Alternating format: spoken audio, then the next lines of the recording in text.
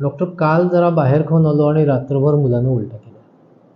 सुट्टी लागल्यापासून सगळ्या घरात होणारा हा एक त्रास आहे. नमस्कार, मी डॉक्टर अमित तगारे. बाहेरचे पदार्थ खाल्ल्यानंतर मुलांना त्रास होणं ही तशी नेहमीची नित्याचीच गोष्ट आहे. कारणं अनेक असतात. तेलकट तिखट खाणे, त्याच्यामुळं पित्त होतं. पित्त झाल्यामुळं उलट्या होतात, त्यामुळं पोट दुखतं.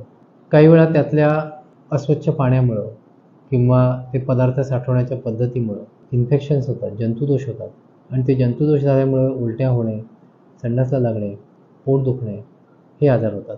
मग आता ह्याला करायचं काय? जेवढं शक्य असेल तेवढं घरातलं खावं. उन्हाळ्याच्या दिवसात, पावसाळ्याच्या दिवसात जेव्हा गर्दी जास्त असते, अशा वेळेला ह्या पदार्थ खाताना जरा विचार करून चांगल्या ठिकाणी खावेत. शक्यतो उघड्यावरचं अन्न खाऊ नये.